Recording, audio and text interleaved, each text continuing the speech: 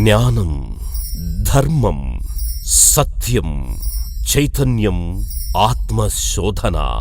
సమాధానం దొరకని ఎన్నో ప్రశ్నలతో మనిషి మనసులో ఓ అజ్ఞాన తిమిరం.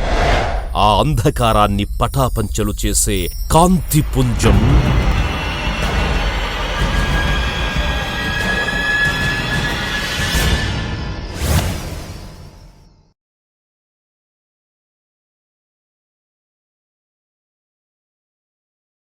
నమస్కారం.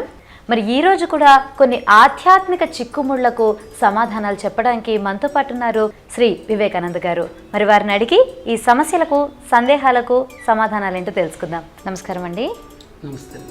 ఈరోజు ఈనాటి కార్యక్రమంలో మరిన్ని ఆసక్తికరమైన విషయాలు తెలుసుకోవాలనుకుంటున్నాను. మరి ముందుగా మనుషులంతా కూడా ఆత్మలే అంటున్నారు కదా. అయితే 100 కోట్ల ఉన్న జనాభా ఇప్పుడు 700 కోట్లయింది. అంటే ఇప్పుడు ఉన్నట్టుండి ఇన్ని కొత్త ఆత్మలు ఎక్కడి నుంచి పుట్టుకొచ్చాయంటారు? జనాభా పెరగటం వలన ఆత్మలు పుట్టుకురావట్లా. ఆత్మలు ఈ భూతలంలో విచ్చేయటానికి నిశ్చయించుకోవటం వలన జనాభా సంఖ్య పెరిగింది. మొత్తం ఆత్మలు ఎన్ని ఉన్నాయి, ఆత్మలు ఎన్ని క్షేత్రాల్లో జీవితాన్ని కొనసాగిస్తున్నాయనే అంశాన్ని మనం అర్థం చేసుకోవాలి. మనమందరం ఊహించుకున్నట్లుగా ఆత్మలు జీవిస్తున్నది కేవలం ఈ భూతలం మీదే అనుకోవటం నిజానికి దురదృష్టకరం, అజ్ఞానం.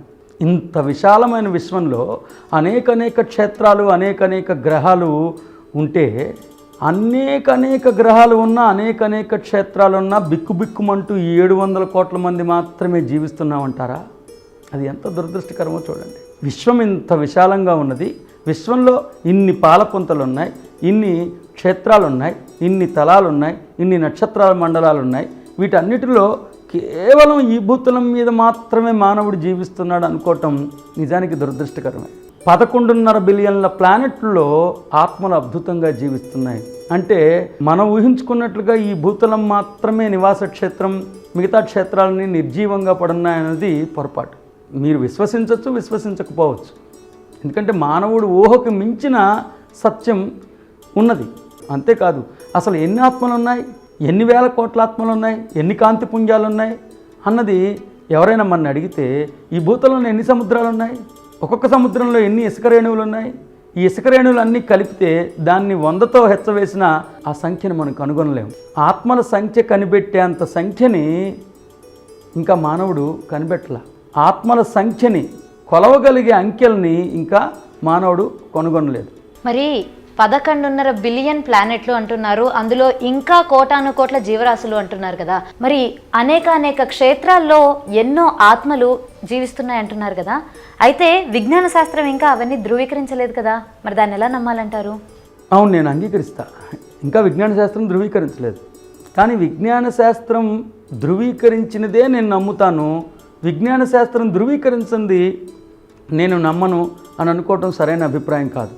ఎందుకంటే విజ్ఞాన శాస్త్రం ఇంకా ఆత్మని ధృవీకరించలేదుగా, విజ్ఞాన శాస్త్రం ఇంకా దైవాన్ని ధృవీకరించలేదుగా, అసలు ఆత్మే లేదంటా ఉందిగా విజ్ఞాన శాస్త్రం. అక్కడ దాకా ఎందుకండి? విజ్ఞాన శాస్త్రం ధృవీకరించిందే నేను నమ్ముతాను, విజ్ఞాన శాస్త్రం ధృవీకరించింది నేను నమ్మను అని అనుకోవటం సరైన ఆలోచన సంవిధానమో కాదో మీరే తెలుసుకోండి.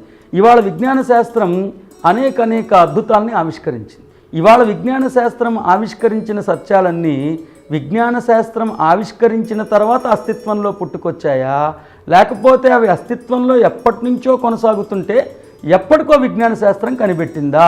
దీనికి సమాధానం చెప్పండి. ఖచ్చితంగా మనందరం అంగీకరించాలి, ఎప్పటి నుంచో అంశాలన్నీ అస్తిత్వంలో కొనసాగుతుంటే ఎప్పటికో విజ్ఞాన శాస్త్రం వాటిని ఆవిష్కరించగలిగింది. అలాగే ఇంకా విజ్ఞాన శాస్త్రం ఆవిష్కరించకుండా, ఇంకా విజ్ఞాన శాస్త్రం డిస్కవర్ చేయకుండా అనేక అంశాలు ఉనికిలో, విశ్వంలో కొనసాగటానికి అవకాశం ఉన్నది. అలాంటి అవకాశాలు ఉన్నాయని కానీ మనకు అర్థమైతే మనకి ఖచ్చితంగా ఈ విషయం కూడా అర్థమవుతుంది. కేవలం భూతలం మాత్రమే ఆత్మలు నివసించే నివాస క్షేత్రం కాదని, అనేక క్షేత్రాల్లో ఆత్మలు అద్భుతంగా తమ దివ్యత్వాన్ని వ్యక్తీకరిస్తున్నాయని, అనేక ఇతర క్షేత్రాల్లో జీవిస్తున్న ఆత్మలు భూతలంలో జీవించడానికి నిశ్చయించుకోవటం వలన భూతలం యొక్క జనాభా సంఖ్య పెరిగింది. ఇది నా సమాధానం. మనం దైవాలమే అన్న విషయం తెలుసుకోకపోతే నష్టం ఏంటంటారు? ఇవాళ ఎగురుతున్న ప్రతి సీతాకోక చిలుక ఒకప్పుడు గొంగళి పురుగే. ఇవాళ మనం ఎవరినైతే దైవాలుగా పూజిస్తున్నామో వాళ్ళందరూ ఒకప్పుడు మానవులే. గొంగళి పురుగు సీతాకోకచిలుకగా మారగలిగే అవకాశం ఉండి కూడా కేవలం మంచి గొంగళి పురుగుగానో 6 ప్యాక్ గొంగళి పురుగుగానో ఫ్యామిలీ ప్యాక్ గొంగళి పురుగుగానో చెడ్డ గొంగళి పురుగుగానో సరిపెట్టుకోవటం వలన ఏ నష్టం జరుగుతుందో, మానవుడు దేవుడే అయ్యుండి తన దివ్యత్వాన్ని తన సహజత్వాన్ని పునఃప్రాప్తించుకుని దైవంగా విరాజిల్లకపోతే ఆ నష్టమే జరుగుతుంది. గొంగళి పురుగు సీతాకోకచిలుకగా మారగలిగే అవకాశం ఉండి కూడా గొంగళి పురుగుగా సరిపెట్టుకోవటం వలన ఏం నష్టపోతుందో, మానవుడు దైవమే అయి ఉండి కూడా మళ్ళీ తన దివ్యత్వాన్ని పునఃప్రాప్తించుకునే అవకాశం ఉండి కూడా దేవుడిగా ఎదగగలిగే అద్భుతమైన అవకాశం ఉండి కూడా మానవుడిగా సరిపెట్టుకోవటం వలన అదే నష్టం జరుగుతుంది. అలా అని దైవము అని తెలుసుకున్న వెంటనే కష్టాలన్నీ పోతాయి, ఇంక ఇబ్బందులు ఏమి ఉండవు, ఇక ఏ కష్టమో ఉండదని నేను చెప్పను. కానీ దైవం అని తెలుసుకున్న తర్వాత ఆ కష్టాన్ని ఎదుర్కోవడంలో అద్భుతమైన శక్తి ఉంటుంది. ఎందుకంటే ఇప్పటిదాకా ఆ కష్టాన్ని మనం మానవత్వంతోనే పరిష్కరించుకున్నాం. ఇక మనం దైవాలం అని తెలుసుకున్న తర్వాత మన దివ్యత్వంతోనే మనం ఆ సమస్యల్ని పరిష్కరించుకుంటాం.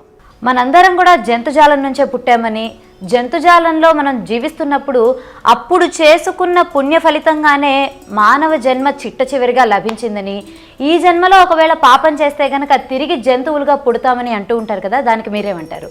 అనేక మంది అంటూ ఉంటారు, మనందరం మొదటిగా జంతుజాలం కింద ఆవిర్భవించామని, 64 లక్షల జీవరాశిలో ఎన్నో ఉన్నాయని, క్రమక్రమంగా మనం మొదటిగా చీమగా పురుగుగా అన్ని జన్మలు ఎత్తి వాటన్నిటిలో పుణ్యం సముపార్జించుకుంటే ఆ పుణ్యం అంతా అక్యుములేట్ అయ్యి చివరికి సర్వోత్కృష్టమైన మానవ జన్మ వచ్చిందని, మళ్ళీ ఈ మానవ జన్మని సరిగ్గా వినియోగించుకోకపోతే మళ్ళీ మనం జంతువులుగానే మళ్ళీ వెనక్కి వెళ్ళిపోతామని కూడా చాలామంది చెప్తూ ఉంటారు. నేను ఎప్పుడూ సాధకులకు చెప్తుంది ఒకటే, మన కామన్ సెన్స్ని మనం కోల్పోవటం వలన అనేక నష్టాలు జరుగుతున్నాయి. ఒకసారి ఆలోచించండి, మనం మొదటిగా చీమగా పుట్టి చీమ నుంచి దోమగా మారి, దోమ నుంచి ఈగగా మారి, ఈగ నుంచి ప్రమోషన్ వచ్చి కప్పగా మారి, కప్ప నుంచి కుక్కగా మారి, కుక్క నుంచి పందిగా మారి, పంది నుంచి కోతిగా మారి, ఇలా చెప్తున్నారు కదా. పంది పుణ్యం చేసి కోతి అవటం ఏంటి? పంది ఏ పుణ్యం చేయగలిగింది? కుక్క ఏ పుణ్యం చేస్తే ప్రమోషన్ వచ్చింది? పాము ఏ పుణ్యం చేస్తే పాము నుంచి ప్రమోషన్ వచ్చింది? మళ్ళీ మనం ఈ జన్మలో పాపం చేస్తే మళ్ళీ మనం పందుల కింద మారిపోతాం, మళ్ళీ మనం జంతువుల కింద మారిపోతాం. ఇవన్నీ కేవలం మానవ తప్పిదం, మానవ కల్పితం. మనమైతే పందుల్లోంచి కుక్కల్లోంచి రాలేదు, మన నుంచి సృష్టి వచ్చింది, కానీ సృష్టి నుంచి మనం రాల. మనం ఒక అద్భుతమైన దైవాలం, దైవంలోంచి సృష్టి వచ్చింది, కానీ సృష్టిలోంచి దైవం రాలేదు. మనం ఈ జంతుజాలాల్లోంచి మనం రాలేదు, ఎప్పటికీ మనం జంతుజాలాలుగా మారిపోము. మనం జన్మతహాగానే అద్భుతమైన దైవాలం. మన నుంచి సృష్టి వచ్చింది, మన నుంచి ఈ విశ్వం వచ్చింది. మనం ఈ విశ్వానికి, ఈ జంతుజాలానికి, ఈ వృక్షజాలానికి మనం సృష్టికర్తలం. మనం సృష్టించటం వలన అవన్నీ విరాజిల్లుతున్నాయి. ఎప్పుడు మనం జంతుజాలం నుంచి పుట్టుకురాలేదు, ఎప్పుడు మనం జంతుజాలం కింద మారిపోయే అవకాశమే లేదు. మన పుట్టినిల్లు ఓంకారం, జన్మతహాగానే మనందరం దైవాలం. కాబట్టి ఈ అజ్ఞానాన్ని కూడా సాధకుల మధ్యలోంచి నిర్మోహమాటంగా, నిష్పక్షపాతంగా త్యజించాల్సి ఉంటుంది. నిజంగా మీ అభిప్రాయం కరెక్ట్ అయితే వేదం అహం బ్రహ్మాస్మి అనేది కాదు, అహం పశుపక్షాదాస్మి, ఎప్పటికో నేను దైవం అయ్యాను అనాల్సి వస్తుంది. వేదం అలా అహం బ్రహ్మాస్మి అన్నారు. శ్రీకృష్ణుడు మనందరం ఏకకాలంలో ఆవిర్భవించామన్నారు తప్పితే మనం కుక్కలుగా పందులుగా వచ్చామని అనలా, మన నుంచి సృష్టి వచ్చిందని చెప్పారు ఆయన. మరి మీరు ఇంత చెప్తున్నా కూడా మనం చిన్నప్పుడు సైన్స్ టెక్స్ట్ బుక్స్లో చదువుకుంటే కోతి నుంచే మనిషి వచ్చాడు అన్న విషయాన్ని మనకి స్టేజెస్ కూడా చూపిస్తూ ఇంత క్లియర్గా చెప్పారు కదా, మరి ఇప్పుడు మీరు చెప్తుందని ఎలా నమ్మాలంటారు? విజ్ఞాన శాస్త్రం, మరి ముఖ్యంగా డార్విన్ సిద్ధాంతం మీరు చెప్తుంది, ఇవల్యూషన్ అంటారు దాన్ని. అంటే భూతలం మీద మొట్టమొదటిగా పాకే వచ్చాయి, తర్వాత ఎగిరే వచ్చాయి, తర్వాత ఇదే వచ్చాయి, ఇలా క్రమం చెప్పుకుంటూ చివరికి అవి ఎదుగుతూ చింపాంజీ అయింది. కోతి నుంచి చింపాంజీ తోక తగ్గి నెమ్మదిగా ఈ యొక్క క్రమం చెప్పుకుంటూ వచ్చారు. ఒకసారి ఆలోచించండి, డార్విన్ సిద్ధాంతం ప్రకారం కూడా చీమకు ప్రమోషన్ వచ్చి దోమ అయిందని చెప్పాల, ఆయన ఒక క్రమం పద్ధతిలో చెప్పుకుంటూ వచ్చారు. ఈ భూతలం మీద జీవరాశులు ఉత్పన్నమైన క్రమాన్ని వివరిస్తూ మొట్టమొదటిగా పాకే వచ్చాయి, తర్వాత ఎగిరే వచ్చాయి, తర్వాత ఇదే వచ్చాయని క్రమం చెప్పుకుంటూ వచ్చారు. కానీ ఇవాళ ఈదిందే రేపు పాకిందే ఎగిరిందని ఆయన చెప్పలా. ఆత్మకి శరీరానికి ఉన్న వ్యత్యాసం తెలిస్తే ఈ సందేహం మీకు నివృత్తి అవుతుంది. మనం ఆత్మనమా శరీరాలమా? మనం శరీరాలం కాదు సుమా, మనం ఒక అద్భుతమైన ఆత్మలం. ఈ శరీరం అనేది కేవలం మనం ధరించే వాహనం. ఎందుకంటే ఆత్మలకి మనకి ఒక నిర్దిష్టమైన ప్రకంపన వేగం ఉంటుంది. పదార్థ రూప జగత్తు అంటే ఈ పదార్థం భూతలం అత్యల్ప ప్రకంపన వేగ ప్రకంపనాల్లో ప్రకంపిస్తుంది.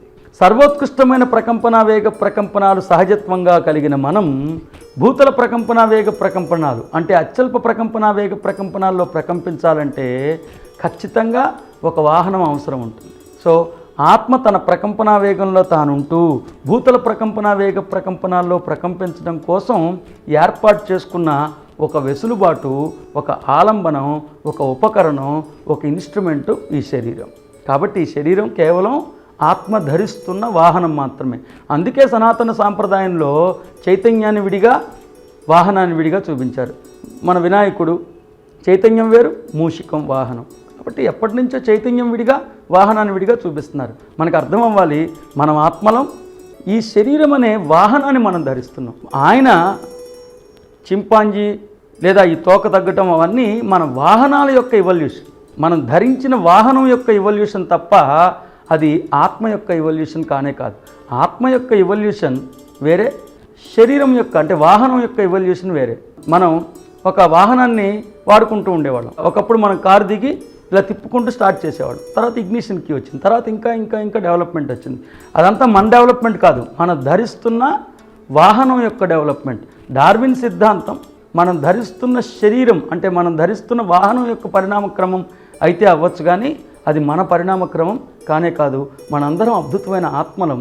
ఓంకారం నుండి మన ప్రయాణం ఆరంభమై చిట్ట చివరికి ఈ భూతలానికి విచ్చేసాం, కానీ మనం జంతువుల నుంచి వచ్చామంటాం నిజానికి దురదృష్టకరం. ఇంకొక విషయం ఏంటంటే, ఏదైనా పాపం చేస్తే మళ్ళీ పందులైపోతాం, కుక్కలైపోతాం అన్నది కేవలం మనల్ని భయపెట్టి వాళ్ళ గుప్పెట్లో బంధించడం కోసం చేసిన ఒక విషప్రయోగం తప్ప ఎక్కడా అలా చెప్పబడదు. ఓంకారం అనేది ఏకాక్షర మంత్రం కదా, అంటే కేవలం ఒక్క అక్షరం ఉన్న మంత్రమే అంటారా ఇది? లేదమ్మా, నిజానికి ఓంకారం అత్యంత అద్భుతమైనది. ఓంకారం అన్నది కేవలం ఒక శబ్దమో, ఒక తరంగమో, లేదా ఒక మంత్రమో, ఒక క్రతువో కానే కాదు. సృష్టి కూడా ఆవిర్భవించక ముందు మహాశూన్యం యొక్క పరిణామ క్రమం అంటే ఆత్మల యొక్క పుట్టినిల్లు ఓంకారం. మన ఆవిర్భావ రహస్యం ఓంకారం, మన జన్మ రహస్యం ఓంకారం, మన ఔన్నత్యం ఓంకారం. ఓంకారం అనగానే నా పుట్టినిల్లు, నా జన్మస్థానం. అంటే సృష్టి కూడా ఆవిర్భవించక ముందు ఉన్న ఆ తొలి దశని అంకెలతో అక్షరాలతో కొలవటం సాధ్యమవుతుందో లేదో మీరే ఆలోచించండి. ఎందుకంటే ఒక అంటేనేమో అంకె, అక్షరం అంటేనేమో లెటర్. సృష్టి కూడా ఆవిర్భవించక ముందు ఉన్న తొలి దశని అంకెలతో అక్షరాలతో కొలవటం ఎలా సాధ్యమవుతుందో మీరే ఆలోచించండి. కాబట్టి ఓంకారం అంటే ఏకాక్షర మంత్రమే, కానీ ఏకాక్షర మంత్రం అంటే అంకెలు అక్షరాలు కానే కాదు. ఏకాక్షర మంత్రము అంటే ఏక అంటే సర్వస్వాన్ని సర్వస్వంతో సర్వవేళలు ఐక్యం చేయగలిగే అనుసంధానకర్త. అక్షరము అంటే క్షరము కానటువంటిది. మంత్రము అంటే అద్భుతమైన జ్ఞానజాలాన్ని భావజాలంగా మార్చి, భావజాలాన్ని భాషాజాలంగా మార్చి, ఆ భాషలోని ఒక పదాన్ని ఎంచుకుని దివ్యజ్ఞానాన్నంతా కూర్చి ప్రయోగిస్తే ఆ పదం ఎదుటివారి దగ్గరికి చేరి పదవిచ్ఛేదన జరిగి ఆ పదంలో పొందుపరచబడిన దివ్యజ్ఞానమంతా ఎదుటివారి ఆపాద మస్తకమంతా నకసిక పర్యమంతా ప్రతిష్ఠించడానికి పెద్దలు చేసిన ఒక ప్రయోజనాత్మకమైన ప్రయోగం మంత్రం. అంటే ఏకాక్షర మంత్రం అంటే సర్వస్వాన్ని సర్వస్వంతో సర్వవేళలు ఐక్యం చేయగలిగే అనుసంధానకర్త. ఇంకా మీకు ఈజీగా అర్థం అవ్వాలంటే ఓంకారం అంటే కామన్ ఇన్ అన్కామన్. ఓంకారం అంటే కామన్ ఇన్ అన్కామన్.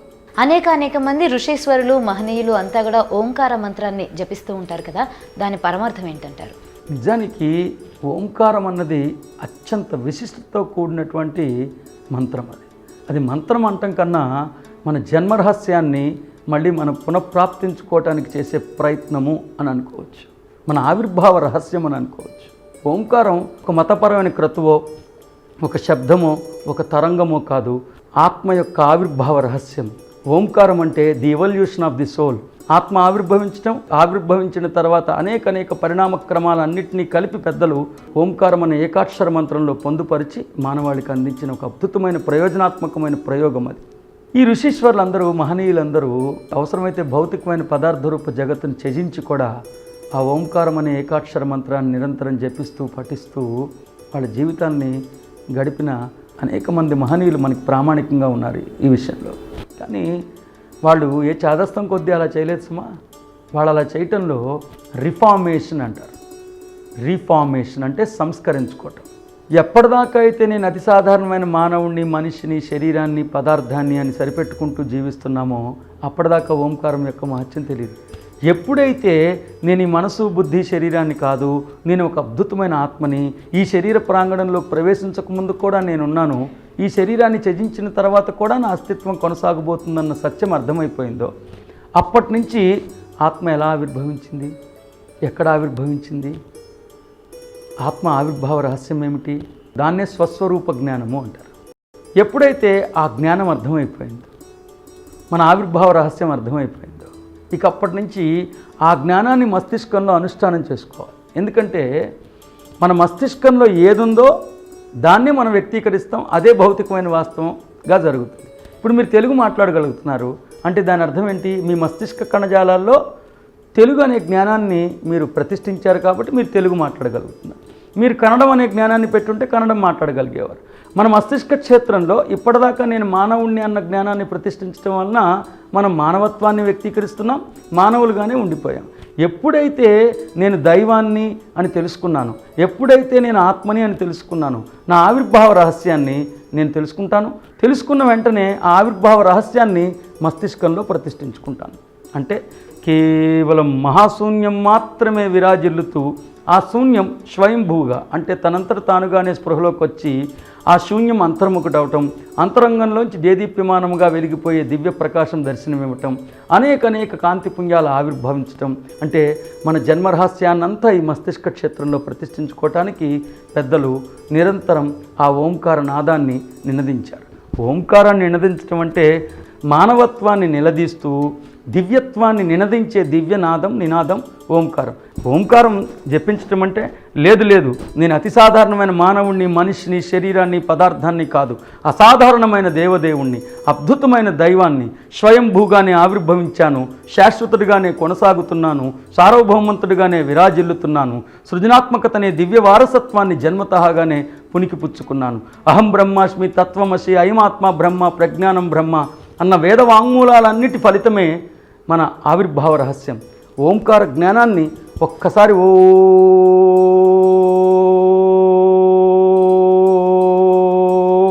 అని మనం ఉచ్చరిస్తున్నామంటే మనం మానవత్వాన్ని నిలదీసి దివ్యత్వాన్ని నినదించే దివ్యనాదం, నినాదం ఓంకారం.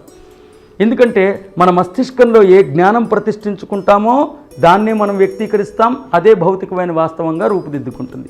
నేను మానవుణ్ణి, నేను మనిషిని, నేను శరీరాన్ని, నేను అతి సాధారణమైన వాడినే, తల్లి గర్భంలోంచే నా పుట్టుక ప్రారంభమైందన్న సమాచారమే ఈ మస్తిష్క క్షేత్రంలో ప్రతిష్ఠింపబడటం వలన మనం అతి సాధారణమైన మానవులుగా మిగిలిపోయాం. ఎప్పుడైతే మన ఆవిర్భావ రహస్యం తెలిసిపోయిందో, ఎప్పుడైతే నేను దైవాన్నన్న అంశం అర్థమైపోయిందో ఆ క్షణం నుండి మన ఆవిర్భావ రహస్యాన్ని ఇక్కడ ప్రతిష్ఠించుకుంటాం. అలా సరికాని ఆలోచన సంవిధానాన్ని బహిష్కరించి ఆ స్థానాన్ని సరైన ఆలోచన సంవిధానంతో అలంకరించడం కోసమే మహనీయులందరూ, ప్రాజ్ఞులందరూ తమ జన్మల్ని, జీవితాన్ని సైతం పణంగా పెట్టి ఆ రిఫార్మేషన్, సంస్కరణ కోసం అద్భుతంగా ప్రయత్నించారు. ఈ సందర్భంగా ఆ మహనీయులందరినీ, వారి ప్రయత్నాన్ని మనందరం అభినందించాలి, హర్షించాలి. మరి ఈనాటి కార్యక్రమంలో కూడా ఎన్నో చక్కటి విషయాలను మా అందరికీ తెలియజేసినందుకు ధన్యవాదాలు. నమస్తే.